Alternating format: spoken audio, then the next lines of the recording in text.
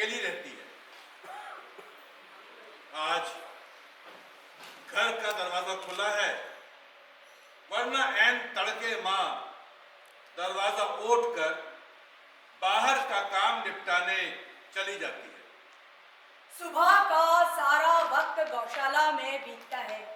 पशुओं को घास पत्ती देते, गाय दूधे और फिर गोबर फेंकते। इस समय भी मां भीतर नहीं है। मैं उनके कमरे में चला आया हूं। सूरज की पहली किरण उनके कमरे में पड़ती है। आज किरणों के साथ मैं हूं।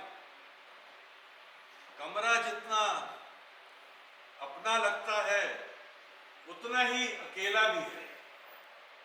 तरह तरह की चीजों से भरा हुआ, ऐसे ही जैसे उजास भीतर भर जाया करता है।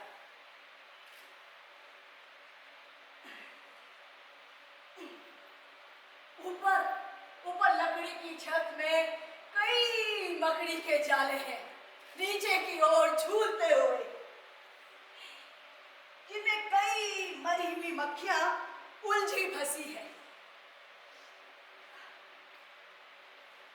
यही हाल दीवारों का भी है। इनमें भी जालों में कई कीड़े जमा हो गए हैं। जगह जगह सामान दिख रहा है,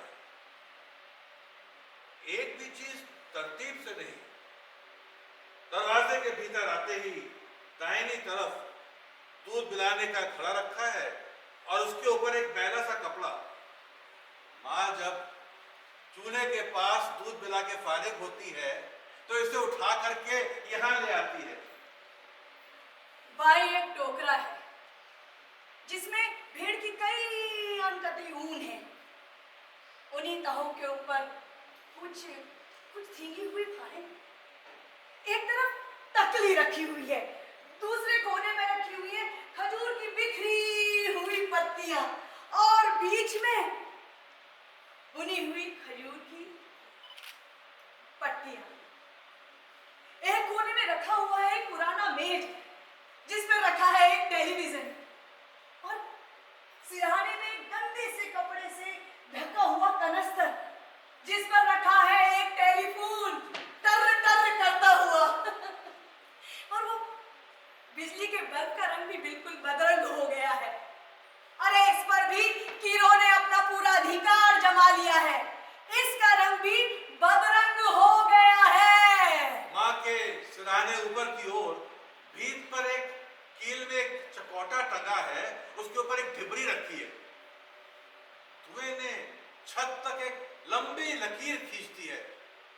जब बिजली चली जाती होगी तो मां इसे जला लिया करती होगी। कमरे में बीड़ी की बास पसरी है। चारपाई के नीचे झांकता हूं तो वहां भी न जाने कितना कुछ बिखरा पड़ा है। अध जली बीड़ी के टुकड़े, कुछ जली हुई माचिस की तिल्लियां, खजूर के पटरे में रखा हुआ एक अनारदाना, कुछ आंवले और हाँ 5 अधछिली पकी हुई मक्खियां। और वो नई फसल की मक्खियां देवता के लिए रख दी गई हैं। और वो कुछ दालें जो गठरी में रखी है, उसमें कई किस्म की दालें रखी हुई हैं। इतनी चीजें माँ के साथ रहती हैं, उनसे जुड़ी हैं, उनकी संगीत साथी है। लेकिन मैं इस कमरे में पखला सा अकेला बैठा हूँ। मैं जैसे मुझे पहचानने का प्रयास कर रही हूँ। कभी लगता कि मुझे मेरा उपहास उड़ा रही है। माँ, घर द्वार, आंगन, खेत खलियान, जमीन जायदाद सब मेरे हैं, पर आज इन सब से कितना दूर चला गया। सूरज छत के कोने से कुछ आगे सरक गया है। किरणों को आंगन में समेटते हुए सुबह की बेला में ही अंधकार का एहसास होने लगा है। ये अंधेरा बाहर से कहीं ज्यादा मेरे भीतर पसरा हुआ है।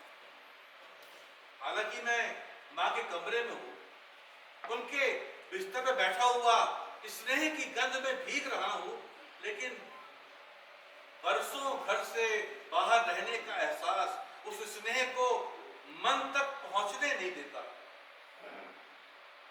अरे याद ही नहीं रहा, मेरे हाथों में किताबों का एक पैकेट है। मैं मां को अपनी किताबें भेंट करने के लिए आया हूं। आज तक एक भी पुस्तक छपने के बाद उन्हें दे नहीं पाया, न ही उन्हें कभी पुस्तक विमोचन समारोह में बुला पाया। जब भी कोई किताब आई है, मैंने उसे राज्यपाल या मुख्यमंत्री से रिलीज करवाया, ये जानते हुए भी कि साहित्य से उनका कोई लेना देना नहीं। बिल्कुल उसी तरह जैसे मंचों पर गरीबी हटाने के नारे लगाने वालों का गरीबी से कोई लेना देना नहीं।